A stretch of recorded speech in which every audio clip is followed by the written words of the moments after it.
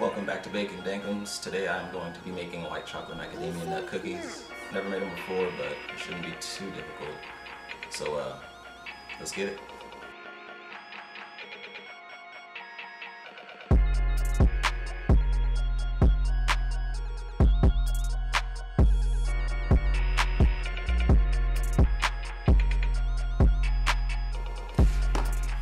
Alright, start by creaming all this together. Butter, which I have already softened. Jason Knox.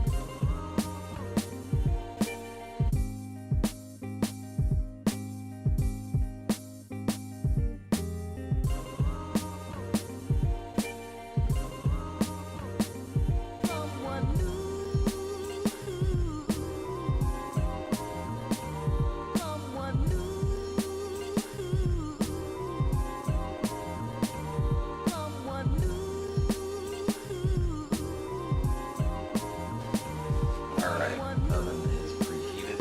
Throw them in there for 8 to 10 minutes. So I took them out of the oven.